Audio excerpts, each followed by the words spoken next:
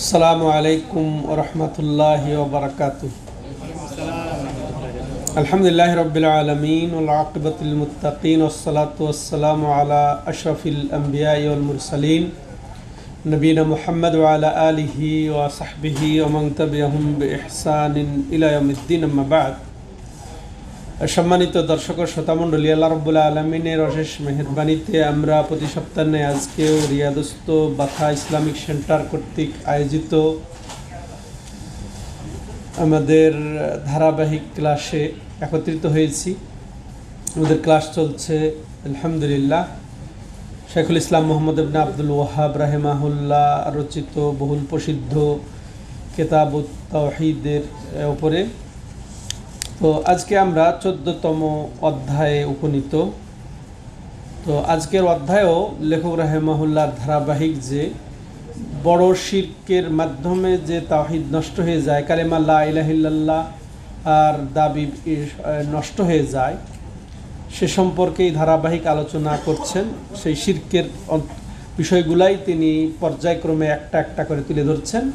এর সাথে আবার ছোট শিরকও আসবে। বড় শিরকের মাধ্যমে, বড় কুফরির মাধ্যমে তাওহীদ বিলকুল নষ্ট হয়ে যায়, হ্যাঁ। আর ছোট শিরক, ছোট কুফরি হলে তার মাধ্যমে তাওহীদ পূর্ণরূপে বিনষ্ট না হলেও তাওহীদে ঘাটতি আসে। তো এগুলা মূলত তাওহীদেরই পরিচয় এবং তাওহীদেরই ব্যাখ্যা। তো এগুলা থেকে মুক্ত থাকলে তাওহীদের উপরে অটল থাকা যাবে, তাওহীদ ঠিক থাকবে, পরিপূর্ণ থাকবে। তো তিনি এই অধ্যায়ে বলছেন, বাবুন মিনাশ শিরকে আন ইস্তাগীসা বিগাইরিল্লাহি আও ইয়াদউ গায়রাহ। এই অধ্যায় হলো যে শিরকের, ওই শিরকের অধ্যায়। আর সেটা হলো যদি কেউ আল্লাহ ছাড়া অন্যের কাছে ফরিয়াদ করে বা ডাকে অন্য কাউকে, হ্যাঁ, তার অধ্যায়। মানে কেউ যদি আল্লাহকে ছাড়া কারো কাছে ফরিয়াদ করে বা কাউকে ডাকে, তাহলে তা শিরকের অন্তর্ভুক্ত। এ প্রসঙ্গেই আলোচনা এই অধ্যায়ে। তো তার রীতি অনুযায়ী তিনি এর দলিল উপস্থাপন করবেন। আর এই অধ্যায়ে অধিকাংশ আয়াত দিয়েই তিনি দলিল পেশ করবেন। হ্যাঁ, তো এখানে মূলত ইস্তেগাসা ও দুআ দুইটা শব্দ এসে গেছে।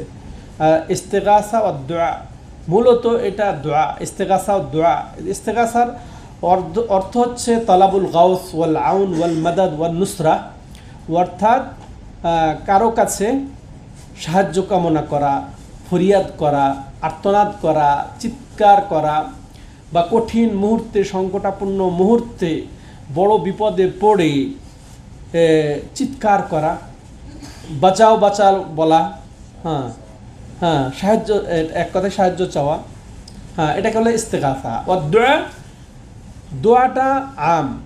দোয়াটা আপনি বিপদে পড়েন না পড়েন, সর্বাবস্থায় আমরা দোয়া করি, তাই না? সুখে দুঃখে যেটা চাওয়া হয় সেটা হচ্ছে কি সাধারণত দোয়া। আর যদি বিপদে চাওয়া হয় সেটাই হচ্ছে কি ইস্তেগাসা, গাউস থেকে। এটা দুঃখজনক একটা, আমরা জানি ভালো করে এই শব্দটার সাথে পরিচিত, গাউসুল আজম নামে আমরা পরিচয় জানি এই শব্দটার সাথে। গাউস আল আজম আরবি শব্দ, দুটোই তাজা আরবি শব্দ। গাউস মানে ওই যে বললাম, হ্যাঁ, ত্রাণ কামনা করা, সাহায্য চাওয়া, হ্যাঁ, পরিত্রাণ কামনা করা, হ্যাঁ। তো আজম মানে, আর গাউসুল আজম বলতে বোঝানো হয় এখানে যে সর্বোচ্চ সাহায্যকারী, সর্বোচ্চ ফরিয়াদ শ্রবণকারী, নাউযুবিল্লাহ। তো এটা যদি আল্লাহকে বলা হয় তাহলে সমস্যা নেই, কিন্তু এখানে আমাদের সমাজে যেটা, সেটা এই পরিভাষার অর্থ কি, দাবি কি, কি মনে করেন আপনারা? একে আল্লাহর এই লকব বা উপাধি এখানে বলে চাওয়া হয়, বলা হয়, এগুলা গাউসুল আজম কমপ্লেক্স আছে, এটা জানেন তো না? গাউসুল আজম পন্থীরা, এরা কি আল্লাহর উপাধি, ওটা আল্লাহর নামে দিয়েছে? ওটা ইমান কোথায়, ইমান কোথায়, নাউজুবিল্লাহ, হ্যাঁ হ্যাঁ, ব্যক্তির উপরে। তাহলে আল্লাহর হাতে আর থাকলো কি? আল্লাহর কোন প্রয়োজন আছে? তাহলে এরা নাস্তিক না? হ্যাঁ, আল্লাহকে বাদ দিয়ে একজনকে, আল্লাহ বাদ, হ্যাঁ, নাউজুবিল্লাহ। তাহলে এটা, এই দুটার পার্থক্য তাহলে গাউস এবং দোয়ার মধ্যে পার্থক্য হচ্ছে গাউস হচ্ছে খাস, মানে বিপদ সংকটাপন্ন অবস্থায় ফরিয়াদ করা, আর দোয়া হচ্ছে সাধারণ, এটাতে বিপদ পড়লেও মানুষ দোয়া করে এবং বিপদ ছাড়াও দোয়া করে। তাহলে দুটার পার্থক্য আমরা জানলাম এবং এর পরিচয়ও আমরা জানলাম। তো এখন এই পরিত্রাণ বা এই সাহায্য প্রার্থনা করা এইভাবে, এইভাবে কঠিনভাবে সাহায্য প্রার্থনা করার এর মূলত প্রকার আছে। প্রথম, এটা আল্লাহর কাছে, প্রথমত আল্লাহর কাছে এবং গায়রুল্লাহর কাছে। আল্লাহর কাছে এটা হচ্ছে ইবাদত, আল্লাহর কাছেই সাহায্য কামনা করা, মুক্তি কামনা করা, ফরিয়াদ করা আল্লাহর কাছে। তো এটা ইবাদত, এটাই হচ্ছে ইবাদত, এটাই হচ্ছে তাওহীদ। আর এটাই যদি গায়রুল্লাহকে এইভাবে চাওয়া হয়, আর সেটাই হচ্ছে শিরিক। তো গায়রুল্লাহর কাছে চাওয়ার আবার কয়েকটা ধরন আছে। যে বিষয়ে গায়রুল্লাহ বা আল্লাহ ছাড়া অন্য কেউ পারবে, সামর্থ্য রাখে, তখন তার কাছে চাওয়াটা তখন শিরক হবে না, এটা জায়েজ হবে। যেমন মনে করেন কেউ বিপদে পড়ে গেছে, এইখান দিয়ে যাচ্ছে, চোরে ধরেছে, ও বাঁচাও বাঁচাও করে চিল্লাইলো, এটাও তো সাহায্য চাওয়া। আর এখান থেকে আপনার দৌড় দিয়ে যে তাকে বাঁচাতে পারবেন, তো এটা কোনো সমস্যা নেই। ওরকম ডুবে গেছে, বাঁচাও বাঁচাও করে চিল্লাইছে যে তারা কিনারায় আছে, সমস্যা নেই। আগুন লেগেছে, বাঁচাও বাঁচাও বাঁচাও, আগুন লেগেছে, আগুন বাঁচাও চিৎকার করে ডাকছে, এটাও কিন্তু গাউস। আর এটা কোরআনও এসেছে, এই মর্মে কোরআনও এসেছে। যেমন মুসা আলাইহিসসালাম, মুসা আলাইহিসসালামের ঘটনা আল্লাহ রাব্বুল আলামিন কোরআনে বর্ণনা দিয়েছেন, ফাস্তাগাসাহুল্লাযী মিন শিয়াতিহি আল্লাযী মিন আদুইহি। তো ওই যে কীর্তির লোকটা, বনি ইসরাইল লোকটা এখানেও সাহায্য চেয়েছিল। তো মুসা আলাইহিস সালাম যে তাকে সাহায্য করেছিল, সেও বাঁচাও বলে সে সাহায্য চেয়েছিল। তো তাহলে এখানে তাহলে বোঝা গেল যেটাতে সামর্থ্য আছে, বনি আদম সামর্থ্য রাখে, আর ওটাতে সাহায্য চাইলে সংকটাপন্ন অবস্থায় ফরিয়াদও করলে, তাইলে বাঁচাও বাঁচাও বলে চিৎকার করলেও সমস্যা নেই। সমস্যা কোথায় দিলে? সমস্যা অবশ্যই আছে। তো যেটা বলছি যে যেটা সামর্থ্য আছে, এছাড়া যদি এই চিৎকারটা কথার কথা সে ডুবে গেছে, এখন খাজা বাবা বাঁচাও, আব্দুল কাদের জিলানি বাঁচান, পিরানে পীর দস্তগীর, কুতুবে সুবহানি, ওকে চিৎকার করে ডাকছে, তাজা শিরক। কোন শিরক এটা? যে শিরকের মাধ্যমে মানুষ ইসলাম থেকে একেবারে বের হয়ে যায়, ইসলামে তার কোনো একটা অংশ থাকে না, তার সম্পূর্ণ সৎ আমল নষ্ট হয়ে যায়, ইসলাম থেকে খারেজ হয়ে যায়, জাহান্নাম ওয়াজিব হয়ে যায়, জান্নাত হারাম হয়ে যায়, তার রক্ত ধন সম্পদ মুসলিম শাসকের জন্য হালাল হয়ে যায়। ঠিক আছে, এইরকম শিরকে সে পতিত হয়ে যায় যদি এইভাবে সে মৃত ব্যক্তিকে ডাকে, বা অনুপস্থিত তার এখানে সে বিপদে পড়েছে, পীর সাহেব আছেন দেশে, সে ডাকছে এখান থেকে, সে পীর সাহেবকে এখান থেকে ডাকছে, তাহলে সেম। ঠিক আছে, গায়েব বা অনুপস্থিত বা মৃত ব্যক্তিকে যদি ডাকে তাহলে সে ইসলাম থেকে খারিজ হয়ে যাবে। তাহলে অনুরূপভাবে মনে করেন যে এমন কিছু চাইতেছে, সে জীবিত ব্যক্তির কাছেই চাক, মৃত ব্যক্তির কাছেই চাক, ফেরেশতার কাছেই চাক, জিনের কাছেই চাক, যেটা আল্লাহ ছাড়া কেউ কোনো অবস্থাতেই দিতে পারবে না। কথার কথা জান্নাত চাইতেছে, জাহান্নাম থেকে পরিত্রাণ চাচ্ছে, কবরের আযাব মাপ চাচ্ছে কারো কাছে, তাহলে এটা কি হবে? সে ফেরেশতার কাছে চাইলেও সেটা বড় শিরক হয়ে যাবে, আর নবীর কাছে চাইলেও হবে, জিনের কাছে চাইলে হবে, উপস্থিত ব্যক্তির কাছে চাইলে হবে, পীর সাহেবের কাছেও চাইলে হবে, কোনো ওলির কাছে চাইলেও সে ইসলাম থেকে খারিজ হয়ে যাবে, এতেও কোনো সন্দেহ থাকবে না। এই হচ্ছে ইস্তেগাসার ধরন। তাহলে কোনটা জায়েজ হবে? যে একমাত্র আল্লাহর কাছে এটা ইবাদত, আর এছাড়া যার সামর্থ্য আছে সেটা উপস্থিত জীবিত সামর্থ্যবান এমন কারো কাছে যদি চাওয়া হয় তাহলে সেটা জায়েজ আছে। এছাড়া বাকিগুলা কি?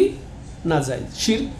শিরক, এর থেকে আমাদেরকে বাঁচতে হবে। এবার লেখক রাহিমাহুল্লাহ মাশাআল্লাহ তার এই দাবির সমর্থনে চমৎকার আকারে একাধিক আয়াত তিনি তুলে ধরেছেন। যেমন তিনি প্রথম আয়াত তুলে ধরে বলছেন ওয়াকৌলিল্লাহি তাআলা ওয়ালা তাদউ মিন দুনিল্লাহি মা লা ইয়ানফাউক ওয়ালা ইয়াদুররুক ফাইন ফাআলতা ফাইন্নাকা ইযাম মিনাজ যালিমিন, সূরা ইউনূসের 106 নম্বর আয়াত এটি। তো আয়াতটি অত্যন্ত গুরুত্বপূর্ণ। এখানে আল্লাহ রাব্বুল আলামিন স্বয়ং তার প্রিয় হাবিব, হ্যাঁ, যার আগের গুনাহ পিছনের গুনাহ মাপ, যিনি জন্মগতভাবে আল্লাহ যাকে পুত পবিত্র রেখেছেন শিরক থেকে, হ্যাঁ, কুফর থেকে, তাকে তিনি সম্বোধন করছেন। হ্যাঁ, কি বলে যে ওয়ালা তাদউ মিন দুনিল্লাহ, খবরদার তুমি আল্লাহকে ছাড়া কাউকে ডেকো না, কারো কাছে সাহায্য চেও না। মিন দুনিল্লাহ, দুনিল্লাহ বলতে এক আল্লাহ ছাড়া যত কিছু সবকে বুঝাবে। নবী, অলি, ফেরেশতা, জিন, যে কেউ, পাথর, গাছ, সব কিছু, আস্তানা, দরগা, সব কিছুকে তুমি ডেকো না। মা লা ইয়ানফাউকা, যার বৈশিষ্ট্য কি যে কোনোই তোমার উপকার করতে পারবে না, যদিও তুমি ডাকো সে তোমার উপকার করতে পারবে না। ওয়ালা ইয়াদুররুক, এবং তুমি যদি তাকে না ডাকো, তার ইবাদত যদি নাও করো, তাহলে সে তোমার কোনো ক্ষতিও করতে পারবে না। যদি ডাকো সে তোমার কোনো উপকার করতে পারবে না, আবার যদি না ডাকো সে তোমারও ক্ষতিও করতে পারবে না। তাহলে কেন ডাকবে? ফাইন ফালতা, পক্ষান্তরে তুমি যদি তাকে ডাকো, তার কাছে ফরিয়াদ করো, তার কাছে আশ্রয় চাও বিপদ আপদ সংকটাপন্ন অবস্থায়, হ্যাঁ, যদি তাকে ডাকো, ডেকে ইবাদত করো, ফাইন্নাকা ইযাম মিনাজ যালিমিন, তাহলে তুমি অবশ্যই তুমি নবী অবশ্যই জালেমদের অন্তর্ভুক্ত হয়ে যাবে, অর্থাৎ মুশরিকদের। এখানে জালেম মানে কে? মুশরিক। অর্থাৎ সুলাইমান আলাইহিস সালাম তার ছেলেকে কি বলেছিলেন? ইন্না শিরকা লা যুলমুন আযীম, নিশ্চয় শিরিক হচ্ছে মহা যুলম। তাহলে যে এই শিরিক করবে সে জালেম। তাহলে তুমি যদি এই ডাকো, অর্থাৎ এই শিরিক করো, ডেকে আল্লাহকে বাদ দিয়ে কাউকে ডেকে যদি শিরিক করো, তাহলে ডাকো, তাহলে তুমি জালেমদের অন্তর্ভুক্ত হয়ে যাবে, মানে মুশরিকদের অন্তর্ভুক্ত হয়ে যাবে। কাকে আল্লাহ বলছেন? স্বয়ং তার প্রিয় হাবিব মুহাম্মদ সাল্লাল্লাহু আলাইহি সাল্লাম, যিনি শিরক মুক্ত তো বটেই, শুধু নবী হয়ে শিরক মুক্ত নয়, জন্ম থেকেই আল্লাহ রাব্বুল আলামিন তাকে রক্ষা করেছেন যাবতীয় শিরক থেকে, শিরকের যাবতীয় ওয়াসাইল মাধ্যম থেকে যাকে করেছেন, আর তাকে তিনি এইভাবে সম্বোধন করছেন, সুবহানাল্লাহ। হ্যাঁ, তাহলে এটা আমরা পেলাম। তাহলে এই আয়াতের সাথে সম্পর্ক যে এই অধ্যায়ে সরাসরি যে আল্লাহ ছাড়া অন্যের কাছে সাহায্য চাইবে, অন্যকে ডাকবে, সেটা শিরিক করবে সে। তাহলে এটা স্পষ্ট হয়ে গেল এটার ইয়াটা। সম্মানিত ভাইয়েরা, এবার দেখেন এই আয়াত দ্বারা আমরা কি শিখলাম? যে নিশ্চয়ই আল্লাহ ছাড়া অন্য কাউকে ডাকলে, সাহায্য চাইলে, এটা এমন বড় শিরিক যে শিরকের ফলে মানুষ ইসলাম থেকে খারিজ হয়ে যায়। আল্লাহু আকবার। হ্যাঁ, আরও কি পেলাম? যে সুবহানাল্লাহ, যতই সে মুত্তাকি হোক, যতই সে পরহেজগার হোক, যতই সে ওলি, বড় আল্লাহর ওলি হোক, যত বড় ইমাম হোক, যত বড় আল্লাহওয়ালা হোক না কেন, সেও যদি আল্লাহ ছাড়া অন্যকে ডাকে, অন্যের কাছে ফরিয়াদ করে, হ্যাঁ, শিরিক করে, হ্যাঁ, সে যদি ডাকে, তাহলে কি হবে? সেও মুশরিক হয়ে যাবে। মানে স্বয়ং নবীকে আরেক জায়গায় বলেছেন আল্লাহ রাব্বুল আলামিন, হ্যাঁ, লাইন আশরাকতা লাহবাতান্না আমালুক, যে তুমি নবী যদি শিরিক করো তাহলে তোমারও আমল সবগুলা কি হবে? বরবাদ হয়ে যাবে। এখন তারপরেও আমাদের সমাজের লোকের গায়রুল্লাহকে ডাকলে, খাজা বাবাকে ডাকলে, আব্দুল কাদের জিলানীকে ডাকলে, পীর সাহেবকে ডাকলে তারা মুশরিক হয় না। আল্লাহ নবীকে বলছেন, তাহলে এখান থেকে কি বুঝলাম? যে যতই ভালো পরেজগার দিন, এখন নবীও যদি দেখেন, আমাদের নবীও যদি শিরক করেন, হ্যাঁ, তাহলে তো সব আমল বরবাদ হয়ে যাবে। হ্যাঁ, তাহলে এটা আল্লাহ রাব্বুল আলামিন, তাহলে তুমি যদি ডাকো তোমার রবকে ছাড়া, তাহলে তুমি অবশ্যই কি হয়ে যাবে? জালেমদের অর্থাৎ মুশরিকদের অন্তর্ভুক্ত হয়ে যাবে। এটা আমরা জানলাম। তাহলে অন্যরা তাহলে আর কোনো প্রশ্নের বাইরে, এরা তো কোনো কথাই নয়। তেমনইভাবে আমরা এটাও জানলাম এই আয়াতের মাধ্যমে যে মুশরিকদের যত মাবুদ, যত কবর, মাজার, দরগায়, ওলি আউলিয়া নাম দিয়ে যত শিরিক হচ্ছে, সেটা যেভাবেই হোক না, মূর্তি বলেন, পাথর বলেন, যত বলেন, এগুলা সব অপারগ। হ্যাঁ, অতএব যেহেতু অপারগ, তাহলে কিভাবে তাদের ইবাদত হতে পারে? এটা আমরা বুঝলাম। এবার লেখক রাহিমাহুল্লাহ মাশাআল্লাহ তার চমৎকার রীতি অনুযায়ী আবার আরেকটি আয়াত এখানে সংযুক্ত করছেন, কি মনে করে যে যে সমস্ত যাবতীয় ইবাদতের হক একমাত্র আল্লাহ। তো এই দোয়া ইবাদত, ফরিয়াদ করা ইবাদত, হ্যাঁ। তো এই যত কিছু আছে এগুলা ইবাদত। তো এটা অন্য কাউকে ডাকলে, অন্য কাছে ফরিয়াদ করলে, অন্যের কাছে চাইলে, আর্তনাদ করলে এটা এমন বড় শিরক যেটা ইসলাম থেকে তাকে নিয়ে চলে যায়, যারা কোনো উপকারও করতে পারবে না, যারা কোনো ক্ষতিও করতে পারবে না।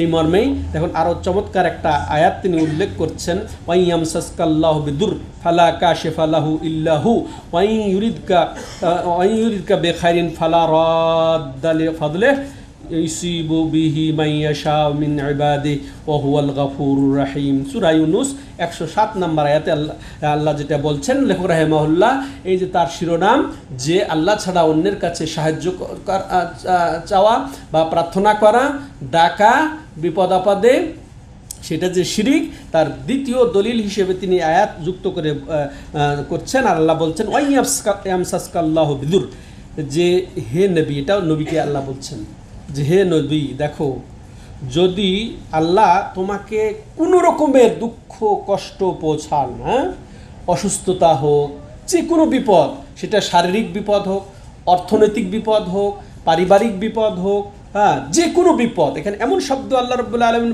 বলেছেন বেদুররিন, হ্যাঁ, যে নাকেরা যে ব্যবহার করেছেন, যে কোনো বিপদ আপদ, যে কোনো কষ্ট, যে কোনো ক্ষতি এখানে শামিল। সবার এই আয়াতটা আমাদের জন্য, এটা উপদেশের জন্য যথেষ্ট, সান্ত্বনা পাওয়ার জন্য যথেষ্ট, হ্যাঁ, যে কি, যে কোনো ধরনের দুঃখ কষ্ট বিপদ আপদ যদি তোমাকে পৌঁছে, ফালা কাশিফালা, হ্যাঁ, তো এই দুঃখ কষ্টের কেউ মোচনকারী নেই, কেউ দূরীভূতকারী নেই, ইল্লাহু, একমাত্র আল্লাহ ছাড়া, ওয়াই ইউরিদকা বিখাইর, এর ঠিক এর বিপরীত।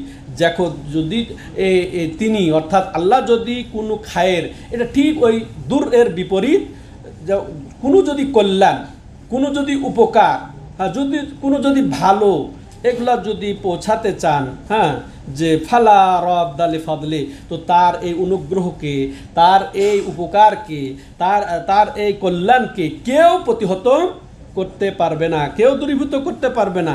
ইসিবু বিহি মাইয়াশা, আল্লাহ যাকে চান তাকে দিবেনই দিবে, হ্যাঁ, দিবেনই দিবেন, বান্দার মধ্যে যাকে চান দিবেনই দিবেন। ওহুয়াল গাফুরুর রহিম, আর তিনি মাশাআল্লাহ মহা ক্ষমাশীল, মহান দয়ালু।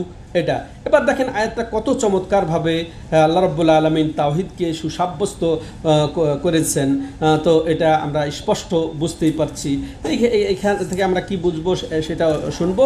তাহলে এটা লেখক রাহিমাহুল্লাহ তার শিরোনামের দলিলকে সুসাব্যস্ত করার জন্যে সুন্দর করে সেট করেছেন। তাহলে এই আয়াত থেকে যেগুলো আমরা বুঝতে পারলাম সংক্ষেপে, সেটা কি, যে তাওহীদে উলুহিয়া, তাওহীদে উলুহিয়া কি, যে আল্লাহর হক সমূহ, তাহলে ডাকাটা একমাত্র আল্লাহর প্রাপ্য অধিকার, একমাত্র তাকেই ডাকবো, তার কাছেই সাহায্য চাইবো, তার কাছেই ফরিয়াদ করবো বিপদে আপদে, হ্যাঁ। তাহলে এটা হচ্ছে তাওহীদে উলুহিয়াত, এটা ইবাদত, বান্দার এটা আমল, এই আমলটা, ইবাদতটা একমাত্র আল্লাহর জন্য নিবেদন করা। তো এই তাওহীদে উলুহিয়াতের মাধ্যমে, তাওহীদে ইবাদতের মাধ্যমে যে আল্লাহ রাব্বুল আলামিন রুবিয়াতকে সাব্যস্ত, বা এই যে কাফের মুশরিক সহ সব মানুষই কিন্তু রুবিয়াতে বিশ্বাসী, হ্যাঁ, যারা আস্তিক সবাই কিন্তু রুবিয়াতে বিশ্বাসী। তিনি একমাত্র স্রষ্টা, তিনি একমাত্র প্রতিপালক, তিনি একমাত্র রিজিক দানকারী, তিনি একমাত্র বৃষ্টি বর্ষণকারী, তিনি ভালো মন্দ মালিক, এগুলা সবাই বিশ্বাস করে। কিন্তু যেহেতু তুমি বিশ্বাস করছো তিনি স্রষ্টা, তিনি তোমার প্রতিপালক, তিনি তোমার রিজিক দানকারী, তিনি তোমার ভালো মন্দের মালিক, তাইলে আবার কাকে চাইবা তুমি, কার কাছে, হ্যাঁ? তাহলে এটা স্পষ্ট হয়ে গেল না? ওটাই তোমার কথাতেই ওটা তোমার দলিল, যে তুমি যেহেতু তাকে রব মানছো, স্রষ্টা মানছো, অতএব তুমি একমাত্র তাকে মাবুদ মানো না কেন? তাহলে চাওয়ার ক্ষেত্রেও তুমি তাকেই মানো না কেন? তো অলির কাছে মানতে যাও, অলির কাছে চাইতে যাও কেন? অলির কাছে সাহায্য চাও কেন? এটা আমরা বুঝতে পারলাম এই আয়াতের মাধ্যমে। তেমনি এই আয়াতের মাধ্যমে আল্লাহ ছাড়া অন্যের যারা অপারক তাদের কাছে চাওয়াটা, দোয়া করাটা, তাদেরকে ডাকাটা, একে প্রতিহত করা হচ্ছে। যে কোনো বিপদে আপদে তো কোনো তারা কিছু না উপকার করতে পারবে না, তারা ক্ষতি করতে পারবে না ক্ষতি থেকে বাঁচাতে পারবে। তেমনইভাবে এখান থেকে আমরা বুঝতে পারছি যে আল্লাহ যে যার জন্য যেটা চান সেটা হবেই হবে, কেউ সেটা প্রতিহত করতে পারবে না। এটাই যে আল্লাহর ইচ্ছা প্রকাশ পাচ্ছে এই আয়াতের মাধ্যমে। তারপরে আমরা যেটা জানতে পারি যে এখানে দুইটা আল্লাহ রাব্বুল আলামিনের নাম আছে, আর রাহিম, আল গাফুর আর রাহিম, এই দুইটা, এবং দুইটার মধ্যে দুইটা সিফত আছে, দুইটার নামের মধ্যে দুইটা সিফত বা গুণ রয়েছে, যে তিনি মহাক্ষমাশীল, তিনি ক্ষমা করে থাকেন, এবং তিনি মহান দয়ালু, অতএব তার মধ্যে রহমত দয়ার গুণটা রয়েছে। এটা আমরা বুঝলাম, কিন্তু যেরকমভাবে তার রহম দয়ার থাকার প্রয়োজন সেটাই আছে উপযোগী পর্যায়ে। সম্মানিত দর্শক ও শ্রোতা, এবার তৃতীয়ত লেখক রাহিমাহুল্লাহ তার শিরোনামের পক্ষে দলিল পেশ করছেন যে কাউলিহি তাআলা ফাবতাগু ইনদাল্লাহির রিজকা ওয়াবুদুহু ওয়াশকুরু লাহু ইলাইহি তুরজাউন। এর আগের অংশ হচ্ছে যে ইন্নাল্লাযীনা তা'বুদুনা মিন দুনিল্লাহি লা ইয়ামলিকুনা লাকুম রিজকা, সূরা আনকাবুতের 17 নম্বর আয়াত এটি, যে বলছেন যে ওরা তারা যাদেরকে তোমরা ডাকো, যাদের তোমরা ইবাদত করো আল্লাহকে বাদ দিয়ে, লা ইয়ামলিকুনা লাকুম রিজকা, তারা তোমার কোনো একটা দানা রিজিকের অধিকার রাখে না, যে তোমাদের একটা দানা দেবে। তোমরা যাদেরকে ডাকো আল্লাহকে বাদ দিয়ে, তারা একটা দানারও অধিকার রাখে না। হ্যাঁ, তাহলে কি করো তোমরা? ফাবতাগু ইনদাল্লাহির রিজকা, তাহলে তোমরা আল্লাহর কাছেই তোমাদের রিজিক চাও। তারপরে আমরা সন্তান একটা রিজিক, তারপরে সুস্বাস্থ্য একটা রিজিক, গাড়ি বাড়ি সব রিজিক, সুন্দর নারী রিজিক, সব রিজিকের অন্তর্ভুক্ত। তো এগুলা ওই যে ইয়েতে যায়, মাজারে যায়, দরগায় গিয়ে, আস্তানায় গিয়ে কারা চায়?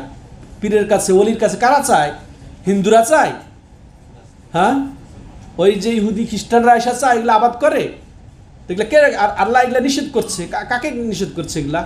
হ্যাঁ, এটা তার বান্দাদেরকে নিষেধ করছেন। তো বলছে তাহলে কেউ যদি অধিকার না রাখে, একটা রিজিক, এমন শব্দ এখানে রিজকান তানউইন, যেটা সামান্যতম রিজিকের কেউ অধিকার রাখে না। অতএব তোমরা ফাবতাগু ইনদাল্লাহির রিজকা, অতএব আল্লাহর কাছেই তোমরা রিজিক চাও। ওয়াবুদুহু, দেখেন এটা রিজিক একটা চাওয়ার একটা ইবাদত। এরপর ওয়াবুদুহু আমভাবে ইয়্যাকা না'বুদু ওয়া ইয়্যাকা নাস্তাঈন, যেটা রীতি এখানে আল্লাহ রাব্বুল আলামিন দিয়েছেন, এখানেও যে তোমরা বুদুহ একমাত্র তারই ইবাদত করো, মানে তারই জন্য তাওহীদকে সুসাব্যস্ত করো, ইবাদতের একত্বকে সুসাব্যস্ত করো তারই জন্য। এর আগে কি বললেন? যে ফাবতাগু ইনদাল্লাহির রিজকা, এখানে খাসভাবে রিজিকটা তার কাছেই তোমরা চাও। ওয়াশকুরু লাহু, এবং তারই তোমরা শুকরিয়া আদায় করো, যে আনুগত্য করে এবং তার অবাধ্যতা না করে তারই শুকরিয়া। তাহলে শুকরিয়া আদায়ের একেবারে ডাইরেক্ট নিয়ম কি?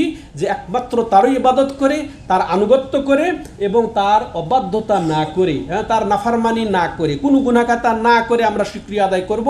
একমাত্র তিনি যেহেতু রিজিকদাতা, তিনি যেহেতু রিজিক, তারপরে ইলাইহি তুরজাউন, আর এটা জেনে রাখো তার দিকেই কিন্তু প্রত্যাবর্তন করতে হবে, তার কাছেই তোমরা প্রত্যাবর্তন করবে। সুবহানাল্লাহ, স্পষ্ট, খালি তাওহীদ আর তাওহীদ। এই জন্য ইমাম ইবনে কাইয়িম জাওজিয়া রাহিমাহুল্লাহ কত চমৎকার কথা বলেছেন, কোরআনে প্রত্যেক সূরা কেন প্রত্যেক আয়াত শুধু তাওহীদের দিকে নির্দেশ করে, তাওহীদের আহ্বান করে, কিন্তু আমরা বুঝি না। আমরা আফালা ইয়াতাদাব্বারুনাল কোরআন, তারা কি কোরআনকে গবেষণা করবে না, চিন্তা বা তাদাব্বর যদি করি, তাইলে আমরা পুরা কোরআন একেবারে শুরু থেকে বিসমিল্লাহ থেকে শুরু করে নাস পর্যন্ত শুধু তাওহীদের দিশাই পাবো, আমরা তাওহীদের দিশাই পাবো। সেখানে সরাসরি তার ইবাদতের কথা উল্লেখ আছে, রুবুবিয়তের কথা উল্লেখ আছে, আসমা সিফাতের কথা উল্লেখ আছে, তারপরে সেখানে যারা তাওহীদ বাস্তবায়ন করে নবী রাসূল এদের কথা উল্লেখ আছে, যারা নবী রাসূলের বিরুদ্ধাচরণ করেছে তাওহীদের প্রসারের ক্ষেত্রে, প্রতিষ্ঠা করার ক্ষেত্রে, ফেরাউন কারুন নমরুদ এদের কথা উল্লেখ আছে। তো এবং তাদের কিসসা কাহিনী এগুলোই তো উল্লেখ আছে। হ্যাঁ, সালাতের কথা, সিয়ামের কথা, যাকাতের কথা, হজ কথা, এগুলা তার জন্য করা তো তাওহীদ। তাওহীদের বাইরে কিছু আছে কোরআনে?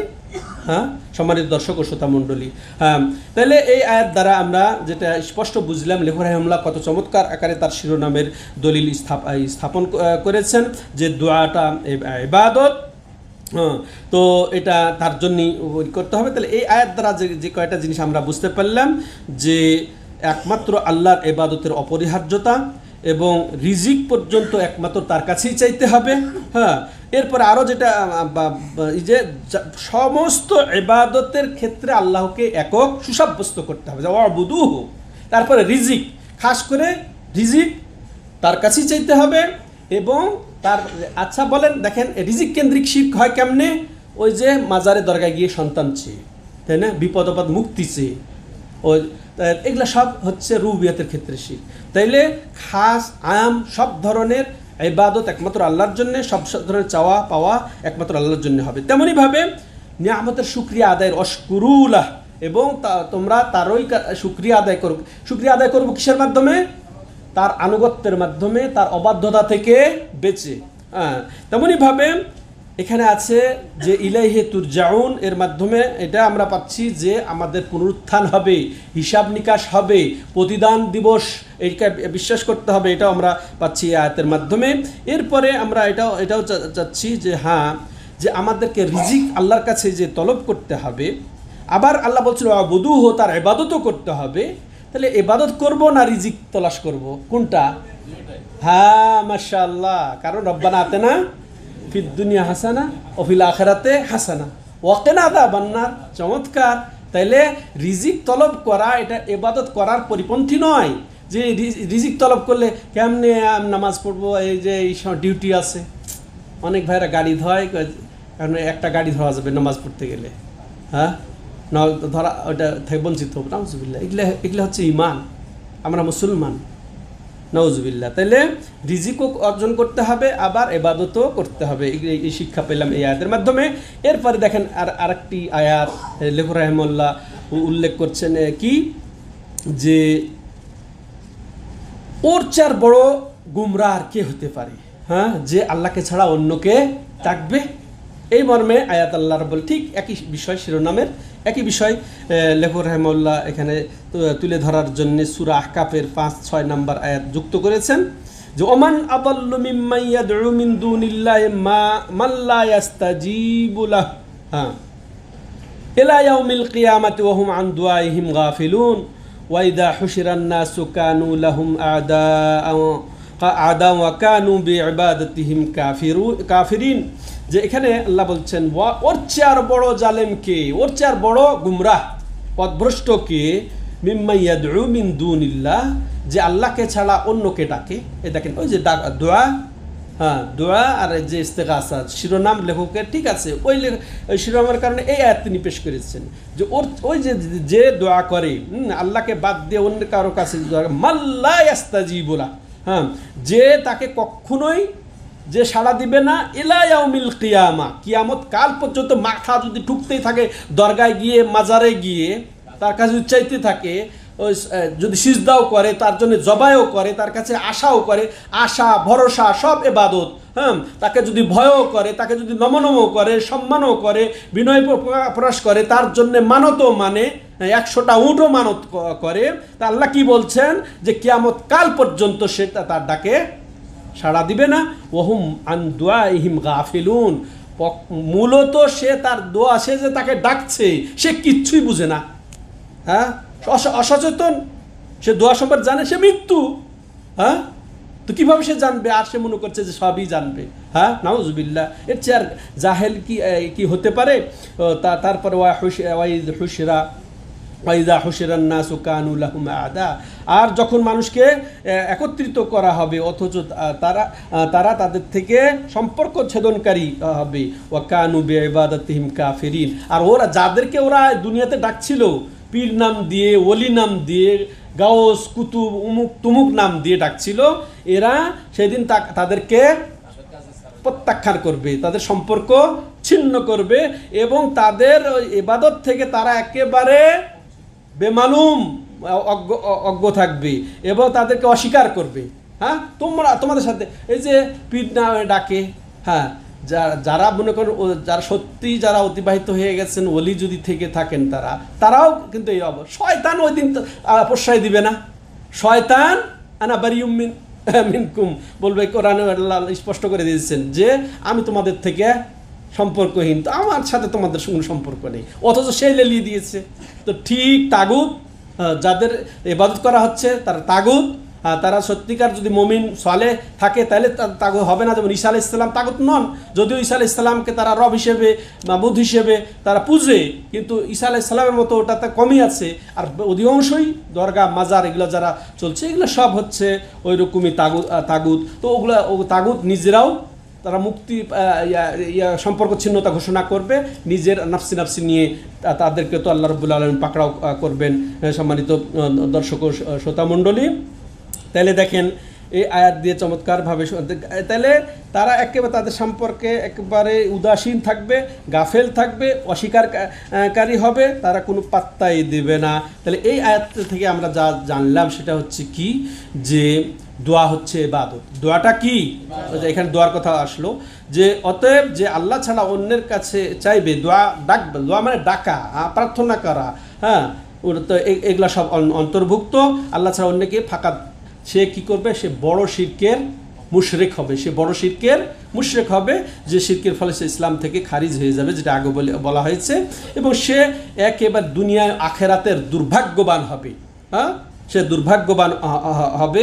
এরপর আরও আমরা যেটা জানলাম যে শিরিক হচ্ছে সবচেয়ে বড় গুমরাহি, অমান আদাল, হ্যাঁ, যেমন আল্লাহ রাব্বুল আলামিন কি বলছেন, অমান আদাল্লু মিম্মান ইয়াদউ মিন দুনিল্লাহ, ওর চেয়ে আর বড় গুমরাহ। তাহলে সবচেয়ে বড় গুমরাহকে মিম্মান ইয়াদউ মিন দুনিল্লাহ, যে আল্লাহকে ছাড়া অন্য কাউকে ডাকে। তাহলে এই শিরকটা সবচেয়ে বড় গুমরাহি, এটা আমরা এটা বুঝলাম। এরপরে আরও যেটা জানলাম যে হাসর আছে, পুনরুত্থান আছে, এটারও আমরা দলিল পেলাম এই আয়াতের মাধ্যমে, যে আল্লাহ রাব্বুল আলামিন প্রতিদান দেবেন, আমাদেরকে পুনরুত্থান করবেন, এটা আমরা জানলাম। এরপরে আমরা আরও জানলাম যে মূর্তি টুর্তি যত কিছু আছে, হ্যাঁ, এরা পাথর হোক আর গাছ হোক আর অলি হোক, অলি নাম দিয়ে হোক, হ্যাঁ, আর যে নাম দিয়েই ডাকুক না কেন, হ্যাঁ, সেগুলা তারা সবাই প্রত্যাখ্যান করবে, তাদেরকে অস্বীকার করবে, হ্যাঁ, তাদেরকে ছুঁড়ে মারবে, তারা উদাসীন থাকবে তাদের সব কিছুতে, এটাও আমরা জানলাম। এরপরে আমরা আরও জানলাম যে একমাত্র আল্লাহ রাব্বুল আলামিনের ইবাদতের মধ্যেই রয়েছে ইহকাল এবং পরকালের সুখ, শান্তি এবং কল্যাণ। এরপরে লেখক রাহিমাহুল্লাহ একটা হাদিস বা হাদিসের অংশ এখানে তুলে ধরেছেন এই বিষয়ে, এটা বলে শেষ করে দেবো আমরা এই পর্ব। তো এখানে লেখক রাহিমাহুল্লাহ যে এই যে আল্লাহ ছাড়া অন্যের কাছে সাহায্য চাওয়া, পরিত্রাণ কামনা করা, ফরিয়াদ করা বা দোয়া করা, এটা যে বাতিল, এটা যে শিরিক, সেই মর্মে হাদিস উপস্থাপন করে বলছেন যে না, এটা আরেকটা আয়াত, এই ক্ষেত্রে আরেকটা আয়াত আছে, এরপরে একটা হাদিসের অংশ আছে, আরেকটা আয়াত বলে নিই। মাশাআল্লাহ, প্রত্যেকটা আয়াত খুবই চমৎকার, আল্লাহ রাব্বুল আলামিন স্পষ্ট করে দিয়েছেন। এই জন্যে ওলামায়ে কেরাম, অধিকাংশ ওলামায়ে কেরাম মত আল উযর বিল জাহাল, শিরকের এবং কুফরির এই যে অজ্ঞতা, এটা ওজর চলবে না, যে এটা যে শিরিক, এই যে গায়রুল্লাহকে ডাকা, গায়রুর কাছে ফরিয়াদ করা, তার কাছে আর্তনাদ করা, তার জন্য কুরবানি করা, তার জন্য জবাই করা, এটা যে শিরিক, এইটা আমি জানি না, এই ওজর গ্রহণযোগ্য নয়। নাউজুবিল্লাহ। কিভাবে এত স্পষ্ট করে দেওয়ার পরে এখন কোরআন নাজিল হয়ে গেছে, কোরআনের মাশাআল্লাহ ভাষ্য চলছে নিজের ভাষায়, আপনি তাফসির পড়তে পারেন, এখন মাশাআল্লাহ অডিও ভিডিও কত কি আছে এখানে, তারপরে আপনি কিভাবে আপনি চাইবেন আর বলবেন যে আমি জানি না?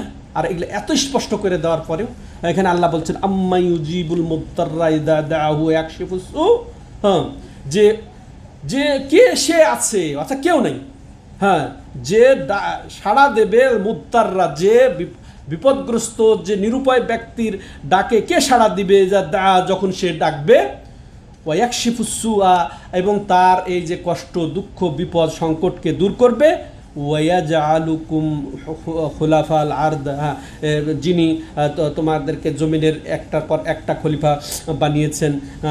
আইলাহুম মা আল্লাহ, হ্যাঁ, যে আল্লাহর সাথে কি আরো কোনো মাবুদ আছে? কালিলাম মা তাযাক্কারুন, তো তোমরা অল্পই শিক্ষা গ্রহণ করো। ঠিকই বাস্তব আমাদের সমাজের অবস্থা, যে আমরা অল্পই এই কোরআন থেকে উপদেশ নিচ্ছি, যার কারণে শীত থেকে মুক্ত হতে পারছি। আল্লাহুল মুস্তাআন। আল্লাহ আমাদেরকে যথাযথভাবে উপদেশ গ্রহণ করার তৌফিক দান করেন। তাইলে এখান থেকে এই আয়াতটা থেকে যেটা আমরা বুঝলাম যে আল্লাহ ছাড়া অন্যকে ডাকা, অন্যের কাছে ফরিয়াদ করা, অন্যের কাছে সাহায্য চাওয়া, যে কিছুই করতে পারে না আল্লাহ ছাড়া, সেটা কি বাতিল, সেটা শিরিক। তেমনইভাবে আমরা এটাও জানতে পারলাম যে আসলে মুশরিকরা তাওহীদের রুবুবিয়াত বা আল্লাহ মালিক, আল্লাহ স্রষ্টা, আল্লাহ রিজিক দানকারী, এটা তারা বিশ্বাস করা সত্ত্বেও তারা ইসলাম থেকে খারিজ হয়েছে। কি জন্যে? যে এরা মাবুদ হিসেবে আল্লাহকেই একমাত্র যে ডাকতে হবে, আল্লাহর কাছেই যে একমাত্র সাহায্য চাইতে হবে, আল্লাহর কাছেই যে বিপদ আপদে ফরিয়াদ করতে হবে, এটা তারা বুঝতে পারে নাই বা এরা জানতো না। তো আজকের আমাদের সমাজের লোকেদের কি অবস্থা হবে?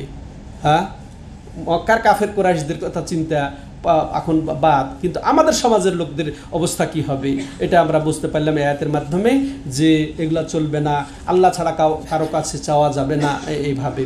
এরপরে আমরা এই আয়াত থেকে এটাও যে তাওহীদের রুবুবিয়াত যেহেতু মানো তুমি, যে একমাত্র তিনি রব, তিনি স্রষ্টা, অতএব কেন তুমি তাকে মাবুদ হিসেবে মানতে পারছো না? এটি তো দুঃখজনক কথা। হ্যাঁ, তারপরে দেখেন এখানে আর একটা দুঃখজনক কথা, যে আসলে দুঃখ কষ্ট মক্কার কাফের কুরাইশদের কোরআনে বর্ণনা দিয়েছেন আল্লাহ রাব্বুল আলামিন। এরা দুঃখ কষ্টে যখন বিপদে সংকটে পড়ে যেত গভীরভাবে, তখন তারা একমাত্র আল্লাহর দিকে শরণাপন্ন হতো, একমাত্র আল্লাহকেই ডাকতো। তখন তারা তাদের এই যে বাতিল মাবুদকে, তাদের মূর্তিকে, এগুলাকে ভুলে যেত। হ্যাঁ, আবার যখন বিপদমুক্ত হয়ে যেত, তখন তারা আবার সুখে স্বাচ্ছন্দ্যে আল্লাহর সাথে শরিক করত। কিন্তু ঠিক এর উল্টাটা আমাদের সমাজের মুশরিকদের।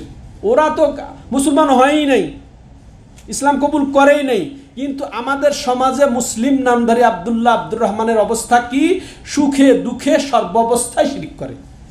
তার প্রমাণ যে আল্লাহ রাব্বুল আলামিন ওদের কথা বলছেন, ওয়াইদা রাকিবু ফিল ফুলকি দাউল্লাহ মুখলিসিনা লাহুদ্দিন, যে যখন তারা নৌযানে আরোহণ করে আর যখন ওই যে এই ঢেউ তাদেরকে আছড়ে মারে, তখন তারা বিপদ মনে করে যে এখন তো ডুবে মরবো, তখন তারা একেবারে একনিষ্ঠভাবে একমাত্র আল্লাহকেই ডাকে। এটা কে বলছেন? আল্লাহ বলছেন। হ্যাঁ, ওয়াইদা নাজ্জাহুম ফিল বাররি ইযা হুম ইউশরিকুন, ও যখন তারা শুকনায় পৌঁছে যায় তখন তারা শিরিক করে। এটা আল্লাহদের কথা বলছেন। আর এখন দেখেন বিপদে পড়লেও দৌড়ে যায় মাজারে। হ্যাঁ, সুখে স্বাচ্ছন্দ্য তো আছেই। বুঝে আসছে? তাহলে কত মারাত্মক অবস্থা, এটা আমাদেরকে বুঝতে হবে। এরপরে যে তারা এই যে অস্বীকার, যে তাদের যে যাদেরকে তারা ডাকে, এগুলা তাদেরকে প্রত্যাখ্যান করবে, এখানে বোঝা যাচ্ছে। এবার যেটা বলছিলাম, এবার হাদিস লেখক রাহিমাহুল্লাহ এখানে যুক্ত করছেন যে নবী সাল্লাল্লাহু আলাইহি সাল্লাম তার সাথে ইস্তেগাসা, তার কাছে চাওয়া হোক, তার কাছে ফরিয়াদ করা হোক, তার কাছে প্রার্থনা করা হোক, এটা নবী সাল্লাল্লাহু আলাইহি সাল্লাম প্রত্যাখ্যান করেছেন। তাহলে আর কারো কাছে চলবে? নবীর পরে নবীর মতো আর কেউ ওলি আসবে না? এসেছে না, আছে না, আসবে। অথচ নবী সাল্লাল্লাহু আলাইহি সাল্লাম তার জীবদ্দশায় তার কাছে চাওয়াটা, তার কাছে ফরিয়াদ করাটাকে প্রত্যাখ্যান করেছেন। সেই মর্মে এই হাদিসটা এখানে লেখক সংযুক্ত করছেন। ইমাম তাবারানি তার আওসাতে উল্লেখ করেছে, যিনি সাহেবুল মাআজেম, ইমাম তাবারানি, তিনি তার সনদে অর্থাৎ ওবাদা বিন সামেতের সনদে তিনি উল্লেখ করেছেন আন্নাহু কানা ফি জামানি নবী সাল্লাল্লাহু আলাইহি ওয়াসাল্লাম মুনাফিকুন ইউযিল মুমিনিন ফাকালা বা'দুহুম কুমু বিনা মুনাস্তাগীসু বিরাসূলিল্লাহি সাল্লাল্লাহু আলাইহি ওয়াসাল্লাম মিন হাদাল মুনাফিক। তো এখানে বলছেন তিনি যে নবী সাল্লাল্লাহু আলাইহি ওয়াসাল্লামের জামানায় একজন মুনাফিক ছিল, এখানে তার নাম নেই। তো ব্যাখ্যাকার বলছেন যে এই মুনাফিক হলেন আব্দুল্লাহ ইবনে উবাই ইবনে সালুল, প্রসিদ্ধ রাসুল মুনাফিক, মুনাফিকিন, মুনাফিকদের যিনি সর্দার একজনই ছিলেন। এটা আপনারা সবাই শুনে থাকবেন যে সে হচ্ছে আব্দুল্লাহ ইবনে উবাই ইবনে সালুল। তো এই মুনাফিক নবী সাল্লাল্লাহু আলাইহি ওয়াসাল্লামের জামানায় ছিল। সে কি মুমিনদেরকে কষ্ট দিত। সে মুনাফিক মানে কি? ভিতরে সে তার কুফুরিকে লুকায়িত রেখে মুখে ইসলাম প্রচার করেছে, মুখে সে ঈমান প্রকাশ করেছে যে আমি মুসলমান, আমি তোমাদের সাথেই, এটা প্রকাশ সেই। তো আর সে ভিতর চক্রান্ত করে এই করে বিভিন্ন ষড়যন্ত্র করে সে মুমিনদেরকে কষ্ট দিত। ফাকালা বা'দুহুম, তো সাহাবাদের কেউ কেউ বললেন কাউকে যে চলো আমরা নবীর কাছে ইস্তেগাসা করি, এর বিপদ থেকে বাঁচার জন্য এটা বিপদ না, হ্যাঁ, ইমানের ওপর হুমকি, কষ্ট, দুঃখ, হ্যাঁ। তো অতএব এর থেকে পরিত্রাণের জন্য আমরা নবীর কাছে যাই, নবীর কাছে পরিত্রাণ চাই, হ্যাঁ, নবীর কাছে। ফাকাল নবী সাল্লাল্লাহু আলাইহি ওয়াসাল্লাম বলছেন যে কুমু বিনা নাস্তাগীসু বিরাসূলিল্লাহি সাল্লাল্লাহু আলাইহি ওয়াসাল্লাম, চলো আমাদেরকে নিয়ে তো তাহলে রাসূলুল্লাহর কাছে আমরা এই মুনাফিক থেকে আশ্রয় চাই। ফাকাল নবী সাল্লাল্লাহু আলাইহি ওয়াসাল্লাম ইন্নাহু লা ইস্তাগাসু বি ওয়া ইন্নামা ইস্তাগাসু বিল্লাহ, যে দেখো, খবরদার জেনে রাখো যে অবশ্যই আমার দ্বারা ইস্তেগাসা করা যায় না, বরং আল্লাহর কাছেই ইস্তেগাসা করতে হয়, ফরিয়াদ করতে হয়। তাহলে স্পষ্ট দেখছেন, এবার হাদিস দিয়েও সুসাব্যস্ত হয়ে গেল বিষয়টি। এই হাদিসের অংশ থেকে যেটা আমরা জানলাম যে নবী সাল্লাল্লাহু আলাইহি সাল্লাম থেকেও যদি ইস্তেগাসা না জায়েজ হয়, হ্যাঁ, তাহলে আর অন্য কার কাছে জায়েজ হবে? কোন পীরের কাছে, কোন অলির কাছে, কোন গাউসের কাছে, কোন কুতুবের কাছে, কোন জেলানি, কোন খাজা বাবা, কোন থাকলো আর কেউ? হ্যাঁ, এরপরে আমরা করলাম যে শব্দ চয়নও করতে হবে সুন্দরভাবে। এই শব্দটা রাসূলুল্লাহ সাল্লাল্লাহু আলাইহি ওয়াসাল্লাম নিজের ক্ষেত্রেও পছন্দ করেন। ইস্তেগাসা মানে কি? খুব সংকটাপন্ন কঠিন মুহূর্তে, হ্যাঁ, খুব কঠিনভাবে সাহায্য অন্তর থেকে পরিত্রাণ কামনা করা। এই শব্দটা, ইস্তেগাসাটা নিজের জন্য ব্যবহার তিনি পছন্দ করেননি, অথচ গাউসুল আজম লকব লাগিয়ে দিয়েছে আমরা আব্দুল কাদের জিলানী, নাউজুবিল্লাহ। এরা মুসলমান, এরা মুসলমান, নাউজুবিল্লাহ। তো তাহলে অন্যের জন্য কীভাবে এটা সাজে, তেমনইভাবে তাহলে আমাদেরকে অবশ্যই শব্দ, আকিদাগত শব্দগুলা সুন্দরভাবে বাছাই করে ব্যবহার করতে হবে। তেমনইভাবে শিরকের দিকে নিয়ে যায় এমন সব কিছুকেই নবী সাল্লাল্লাহু আলাইহি ওয়াসাল্লাম করেছেন, প্রতিহত করেছেন, এটাও বোঝা গেল থেকে। তেমনইভাবে ধৈর্য ধরতে হবে কঠিন অবস্থায়, হ্যাঁ, যে বিপদে পড়লেই যে আমরা মাজারে দরগায় দৌড় দিব, এটা যেন না হয়। তেমনইভাবে নেফাক, মুনাফিকি যে কত বড় যে অভিশাপ, এটাও আমরা বুঝতে পারছি এর মাধ্যমে। তেমনইভাবে মুমিনদেরকে কষ্ট দেওয়াটাও কত ভয়াবহ, এটা মুনাফিকি। মুমিনদেরকে কষ্ট দেওয়াটা কি? এটা মুনাফিকি আচরণ, যেটা আমরা বুঝতে পারলাম। এগুলা সব থেকে আল্লাহ আমাদেরকে রক্ষা করেন। আল্লাহ প্রকৃতভাবে আমাদেরকে তাওহীদকে বুঝে তাওহীদের উপরে অটল থাকার তৌফিক দান করেন। হ্যাঁ, আল্লাহ রাব্বুল আলামিন শিরক থেকে আমাদেরকে রক্ষা করেন। হ্যাঁ, যত রকমের শিরক থেকে আমাদেরকে আল্লাহ রাব্বুল আলামিন বাঁচান। হাদা হুয়া ওয়া সাল্লাল্লাহু আলা নবিনা মুহাম্মদ ওয়া আলা আলিহি ওয়া সাহবিহি আজমাইন। সুবহানাকাল্লাহুম্মা ওয়া বিহামদিকা আশহাদু আল্লা ইলাহা ইল্লা আনতা আস্তাগফিরুকা ওয়া আতুবু ইলাইক। আমাদের শেষ হয়নি, একটু আপনারা